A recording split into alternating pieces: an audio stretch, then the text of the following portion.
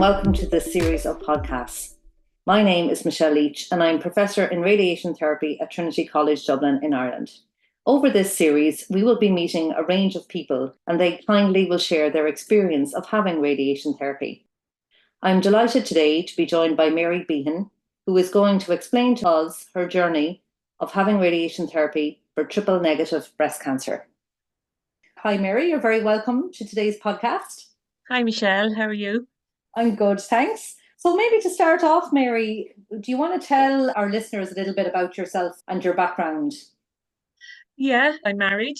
Just had a big birthday earlier in the year. Congratulations. A big zero. I have 3 grown-up children, 2 girls and a boy. They're all adults now. And 1 little grandchild that was born this year. I'm a special needs assistant. I work in our local primary school, which I love. It's such a privilege to work with little children. So I love my job. But since my cancer journey, I am job sharing now. I don't work full time. So It's great to have best of both worlds, really. Yeah. Congratulations on your grandson as well. You're kept busy, I'm sure. Oh, I am. Maybe if I can take you back a little bit and you could let us know, when did you first find out that you had cancer and you were going to have to start on this journey of treatment? I always suffered with breast lumps, always.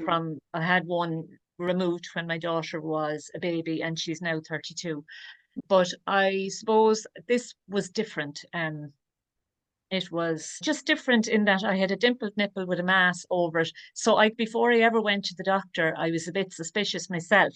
Okay. But immediately she confirmed it without any tests. She said, I really think this is suspicious. She referred me to a consultant, a breast consultant. And he said I had a clear mammogram in the March of 21. And this was October 21. So he said, look, it's probably nothing, but because you had a clear mammogram, he said, look, I'm just going to send you down straight away and you can have a scan and maybe they'll take a biopsy if that's okay, because there's no point doing a mammogram. You already had one. Yeah. So anyway, lo and behold, it turned out to be, they found 1 cancer cell in 1 of the biopsies. And then he decided to do a series of mammograms and it still didn't show up. So he said, look, it's obviously tiny. So he said, we're looking at something very small here. But he said, I usually do a full mastectomy. I don't do lumpectomies. So, and I was thinking, God, I'll be losing my full breast for a tiny lump. But anyway, I trusted him and the team and all the rest. And I went ahead with it. That was when around what was that, November 21? November. Yeah, I was actually officially diagnosed on the 8th of November 21. But I didn't actually have my surgery until 2 days before Christmas, 3 days, until the 22nd. Because after that, because it never showed up in the mammogram, I had a whole series of tests. And every test showed that it was bigger and bigger all the time. So he said, what we don't want is that it's over 6 centimeters. Okay. And it turned out to be 7 after the surgery. The team came back and said that it had, I don't know, legs or whatever. It was longer across my breast than it initially was looking like. But I didn't worry. I trusted the doctor completely, and I was just relieved that I had a diagnosis and that I wasn't having a full mastectomy for no reason. You know? Yeah, I understand. Yeah, I can imagine what that was like. All right. And then I suppose so you had the surgery, and when was radiation therapy mentioned to you then as a treatment, and who brought that up with you, if I could ask you that? Yeah, it was my consultant again. Now he was very good, and he said, if there's any part of this journey that you are not happy with, you just need to say, and we'll change things. But like, my sister had breast cancer before me, so I had a bit of an inkling. I didn't have an awful lot of information, but he did mention that you'll probably be having a bit of radiation therapy. We don't really know yet how much. But he said, I'm just putting it out there. Now, of course, immediately I did check with my sister. She gave me kind of a brief outline of what it would be like. Okay. But it And wasn't until after the surgery, really, that he that, said I would definitely be having it, you know. okay, yeah, yeah. And I suppose when you heard that, were you worried at all about having to go for radiation therapy? Because my sister had it before me and she did really well on it. Mhm. I wasn't so much worried. I was very curious. And because now this is probably going to sound weird, but because I was having chemotherapy as well, I was more worried about that. So it took the real fear. Um, because what he said to me was, when you've finished your chemotherapy, the radiation therapy will seem like insignificant to you. And I was delighted to hear that. And I was thinking, God, this must be a doddle. Obviously, it's going to be within my control anyway, that I wouldn't be too sick or too tired or whatever, because I really didn't know how I'd feel Yeah. until I actually did it. Mm-hmm. And what for people listening, what would you say your experience was like that the first day that you came to the radiotherapy department and you obviously have to get marks for treatment. What was that like when you came in? That actually happened because when I was already in hospital, I had a bit of an issue with my kidneys. Mm. And so I was admitted to hospital for a few days. So I was already there anyway. And Okay. they brought me down to the radiology department. And I suppose in my case, the experience was a little bit different because I was really sick in myself. So I wasn't able to walk in. I had to be wheeled in a wheelchair because I literally just had no energy and I was quite sick. Mm-hmm. But This was this a, sorry to interrupt you, was that a chemotherapy related issue, was it, with it your kidney? was, It was. yeah, Okay. it was. Yeah. Oh, yeah. It had nothing at all to do with radiation or anything. It was just that they were bringing me down to do the little tiny Mm-hmm. tattoo marks. Yes. And I was very curious, I have to Mm-hmm. say. And when they brought me in to do the little marks, I said, is this it? Is this where we are now? Mm-hmm. And they said, no, you'll go into a different room, Mm-hmm. but we have to do this first. And the therapists were really kind. And they did say to me, um, initially, when I saw that table, because I felt so weak in myself on that particular day, Mm-hmm. I was a little bit worried about getting up on it because I was in a wheelchair, obviously. And Mm-hmm. I kept thinking, I wish I was feeling better about this. Mm-hmm. I think I wouldn't have been worried because I remember thinking, this table is very narrow. Would I fall off? And because I'm weak, I was weak that day. Would I be all right? And the therapist said, no, there won't be a bother on you. She said, I'm going to help you up now and put you up there and let you get a look at it and a feel for it and see what you think. And honestly, when I was on the table, I would safely say I didn't even think about falling off. Yeah. I Mm-hmm. felt completely confident on it. It didn't Mm-hmm. even come into my head then when was actually on it. Yeah, yeah, and but But I think that's very common because the tables, of course, are very narrow so that the machine can go around them, and a lot of people have the same reaction. Oh my God, am I going to fit on this? But it's great that when you got up there, that you felt very secure, which is brilliant. That's yeah, well, I great. was wondering about how the machine would. I was wondering would it come down over around my body like a tube, like an Yeah. MRI Mm-hmm. that went Mm-hmm. totally around. I had no idea, Mm-hmm. and I remember asking, will it go around me? And she said, it'll come down over you. It won't hit you. So don't. She said, Mm-hmm. you're probably better off to keep your eyes closed because Mm-hmm. if you're looking up at the machine and you see it getting closer, Mm-hmm. it might cause you to move because Mm-hmm. you'll be thinking, oh, this is going to hit me now. Or so Mm-hmm. she said, if you could close your eyes, it would help. Mm-hmm. Mm-hmm. And I did that. And so I'd no Okay. clue. Mm-hmm. Mm-hmm. I wanted to see when it would come down and when it would move around me and all Yeah, that kind yeah. of thing. I Mm-hmm. was curious, but I felt that by closing my eyes, I wasn't so much aware about my arms being over my head, and Yeah. I Uh-huh. wasn't so much aware about the machine or if it would touch my body in any area or if it would move me, if it would Mm-hmm. hit off me. And it Yeah. never did. I was Mhm. worrying for nothing really, Yeah. you And know. would you say when treatment started and you get started going through the days, would you say it got easier as the days because you knew what was going to happen every day? But did it get easier, do you Oh, think, or was it definitely. always the same? Or Yeah, definitely got easier because I worked out a little routine for myself. I remember each day I would go in wondering what's, because they always had music on. And Mm-hmm. I found that very soothing. And it took my focus away from trying to keep still. And Mm-hmm. so that became not, initially I kept thinking, oh God, I can't move now. God, just don't move. And I was repeating it to myself. And so I'd say by about the third session, I wasn't repeating that to myself. I was listening Okay. to the music and I found myself then each day it got easier. It was easier to stay still. It was easier to listen to the music and focus on other things. I used to go into my mind. Now, I always had a very positive attitude towards whatever I was doing up there. Mm-hmm. I felt this is for my own good. And if I was ever worried, I used to say to myself, I'm so lucky to have that I'm well enough to have this, and that I'm alive and lucky Mm-hmm. enough to have it. And so it was never daunting for me, really.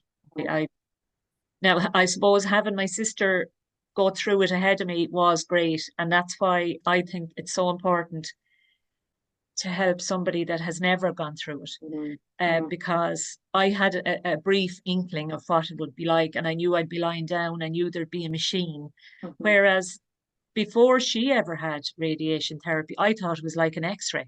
Yeah. It wasn't like that at all. Yeah. And it wasn't the daunting experience I thought it would be at all. It was very positive. That's really good to hear, and it's great for our listeners to hear that too, because a lot of people are starting out, and really, it's great to hear from someone who's been through it and is out the other end to hear that it's. I suppose that it was a positive experience for you. Suppose then, would you have any kind of tips or advice that you'd like to give, say, someone who was starting radiation therapy for the first time and going into the department for the first time?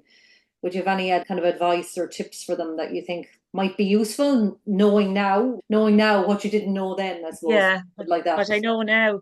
Well, I would definitely, I do remember thinking that there was a few young, what I thought were very young male therapists. Mm-hmm. Because my son, he's the youngest and he's 28. And I was thinking, I'm 60 and a young male therapist like that, I had a really big scar and I was nearly embarrassed for him. But Mm-hmm. I can honestly say it didn't bother him at all. I Mm-hmm. was probably more thinking, oh God, this poor chap now, he has to see me in all my glory. And I was feeling nearly embarrassed for him, but sure, he was probably feeling embarrassed for me. I would safely say you have to lose that inhibitions going in there. Okay. It's Mm-hmm. not about that, it's about getting better. Mm-hmm. And I would probably say keep an open mind, share your concerns. If I did have a concern, I always asked the therapist, always, even if it was a little thing, if there was beeps or if there was different beeps from the previous day, I'd say, God, it sounded different today. Was that okay? Mm-hmm. And they would always reassure me that everything that had to be done was happening and that they were keeping a very close eye from monitors or whatever Mm-hmm. outside the room. Yes. Yeah. And I do remember because my tumor turned out to be quite big for me, that my radiation was different to my sister's in that Mm-hmm. sense. So it was right up to my neck and Mm-hmm. across my midline, whereas hers was she had a lumpectomy. It was a much Mm-hmm. smaller area. Hers was 10 minutes and mine was 20. And Mm-hmm. so I didn't realize that. I thought everybody's was the very same. Yeah. So like I was questioning, am I sicker than her because mine was Mm-hmm. longer? That's Mm-hmm. not the case. It just, the tumor was different. It was a Mm-hmm. different type of cancer. And so I like, when I asked questions, they completely reassured me that I thought I was going in there for 10 minutes, the very same as she was, but Yes. it was 20 minutes. Mm-hmm. And then I remember meeting an old lady that coming out of the radiation room. Mm-hmm. And she came over to me. She was asking me about my hat. And she said, I'm after having a great snooze in there. And I was looking at her like, are you for real? living on my nerves, thinking I have to keep my hands over my head and I'm Mm-hmm. trying to not move a muscle and stay still. And I was thinking, how did she fall asleep? Mm-hmm. So I thought she got that wrong. She must have got that wrong. But she was actually a resident in the hospital at the time because she was having both chemo and radium Okay. Mm-hmm. together. But anyway, I remember going in and saying to the therapist, I'm just after meeting a lovely old lady out there. But I said, oh God, I said, I felt sorry for her because she thought she fell asleep in here. And I remember she said, no, she did. She did. Mm-hmm. And I said, but how did she fall asleep on that table? Because I certainly never fell asleep on the table now, even though as time went on, I got more relaxed. Mm-hmm. But she said that there were, for different types of cancers or different parts of the body, that there are like memory foam mattress or bed or Yes. beanbag Mm-hmm. or something. It was Mm-hmm. something like that. And that it mapped her body to her Yeah. shape and she did fall asleep. Yeah. She was So so now comfortable. I have to say, I felt very relieved because I remember thinking, because this lady told me she was 87. Mm-hmm. And I remember thinking, oh God, like that's cruel to ask an old lady her age to lie Mm-hmm. still on that table. But Mm-hmm. that wasn't the case. Yeah. Yeah. So I, yeah, they're great. That's a great story, and why it's so good as well is that it really shows people listening that everyone's treatment is different. As you said, you had breast cancer, your sister had breast cancer, but you're individual people, you're different people. So it wasn't the treatment is tailored exactly for you. And as you say, the lady who was a little bit older, but was tailored for her as well, so that she could manage too. So I think that's really hopefully reassuring for our listeners today that things can be tailored for individual yeah. patients. Now, getting to the Now I, stage where you're so relaxed you're asleep is great, I have to say. well, it was great. I was actually delighted to hear that was possible because even though I'm 60, I feel young. I Mhm. don't feel that Well, age. 60 is young, Mary. Come on. Well, thank you. Mhm. But I do recall as well sitting in the waiting room. Now, it took me a few days to realize this. I noticed that there was jugs of diluted orange, Mhm. and but it was the men that were drinking the jugs of diluted orange. And I was thinking, I wonder, am I supposed to drink that?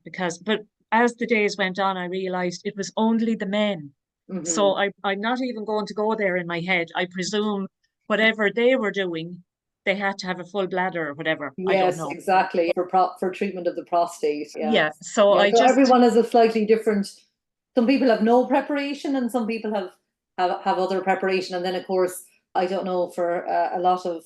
I don't want to be stereotypical, but I know for a lot of men it's hard to drink plain water. So sometimes having that kind of diluted orange yeah. or squash or whatever is easier. So you see all sorts of things when you're sitting in the waiting areas, I suppose, don't Oh, yeah, I was really curious about all of that. And I remember like wanting to take in every detail because you? it truly was an experience and a very positive one for me. I never ever felt, oh God, I have to go up here now. I never once felt like that. I always felt because my mom had passed away very young from Mm-hmm. cancer. She never got to any treatment stage. So Okay. I felt privileged. And whatever came at me, I said, I'm actually lucky because not everybody gets Mm-hmm. the privilege of having treatment, if that makes sense. Because I know like it probably sounds weird being privileged to have treatment, but I always felt privileged because and I'm much older than she was when she Mm-hmm. passed away. I came out the other end, and that radiation really helped me. Mm-hmm. I'm all clear as a result of it. Thank Yeah. God. And it's another great point you make because I suppose we're quite lucky in Ireland because it's a well-resourced country. There's lots of countries in the world, particularly in Africa, where there's no radiation therapy for people and people don't have that Right. opportunity to get better. So it's a Yeah. really good point you make. I suppose finally, even though I know you're after saying you had such a positive experience, which is really great to hear. For us who are radiation therapists, was there anything that you think looking back that could have been done to improve your experience, or were you very satisfied with how it went, or have you any kind of advice for us as the health professionals? There is actually, and I've thought this all along, really. Now, it's not really the fault of therapists. But I do know that before I started treatment, after I had my surgery, when I went for my checkup, and immediately after my surgery, my consultant said to me, whatever you do, Mary, make sure that you keep that arm moving and make sure that you get it up over your head as high as you can go. And also that I did physio on it. They sent in a physio the next morning and I did all that. But I didn't know the reason at the time. And I remember when I was doing my exercises, I was to do them twice a day and I did them 3 times because I really wanted to have the use of both my arms. I didn't want to be going forward feeling I can't move that arm now or whatever. But I didn't realize at the time that is what helped me hugely, hugely when I was going through radiation. If I hadn't done those exercises and if I wasn't able to get my arm over my head, I don't know if my experience would have been as good. So I do remember thinking, I wish they had said that to me, like that my doctor had said to me at the time, it's because you're going to have radiation and you need to be able to get it right over your head. I thought it was just to have proper use of my arm again.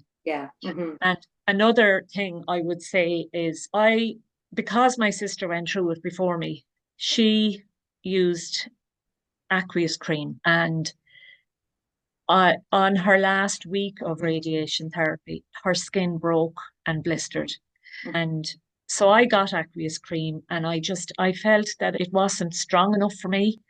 So I sourced my own cream that wasn't perfumed and I phoned the lady that made it and it really like healing cream and it was certified for newborn babies. And so I felt that cream really helped me. I got no blisters, no redness, no breaking, no nothing like that, which was huge for me. And I remember when I was getting fitted for bra and a prosthesis afterwards, the bellissima nurse said, so you didn't have radiation, Mary? And I said, no, I did. And she said, but you don't have a mark on your skin. And she said, that's very unusual, which I didn't know that at the time. And so I felt that cream helped me, but also my sister's experience helped me. Like I learned from her experience that she said to me, whatever you do, use a good cream because her skin had broken. It needed to be dressed each day. And then on top of, she still had to get that arm up and still it's had to get very me. difficult and painful then at that stage. Yeah. And I suppose the thing is, it's quite interesting because everyone reacts to radiation. Their skin reacts in quite a different way, the same way as we said, everyone has different treatment. People's reactions and their side effects are very different from each other as well. Even sisters, which is you might find surprising. But I suppose it's great that you found that cream. The one thing I'd say to the people listening is if you're using a cream to just check with the therapist that it's okay, only because some creams can have a lot of metal compounds in them. Obviously, this one didn't because you had spoken to the person who made it, but just to check that out because sometimes that can make it worse. So just for anyone listening, if they're going to source their cream, to just have that discussion is important to make sure that it's not going to react in a bad way with the therapy. But it's brilliant. Well, it's such a positive experience. It's great. I checked it with the radiologist to make sure because I remember being told that there can't be perfume in it. And that was what made me check because I wanted to make absolutely sure that I wouldn't do any damage to my own skin as well. I found that when I was going through radiation, my sleep pattern completely went. I couldn't sleep at all. And my sister, I remember saying it to my sister, and she said that happened to her too, but she got sleeping tablets. So I remember asking the radiologist, would it be possible just while I was going through radiation therapy? And she said, I can give you a prescription, but they are highly addictive, and I just have to tell you that first. So I said, look, if you I was adamant that I wasn't going to let myself become addicted. So I got prescription for sleeping tablet, and I literally, the day I finished radiation, that was the day I finished the sleeping tablets, because Okay. I said I knew that the following week I could stay in bed and I didn't have to go to the hospital. Yes. So I could sleep during the day if I needed to. Hmm. Other than that, I couldn't fault my Hmm. journey anyway. Hmm. It's Hmm. really good. But I did ask the questions if I had a concern, Yeah. and they were like the therapists were they were just second to none. They were Hmm. brilliant.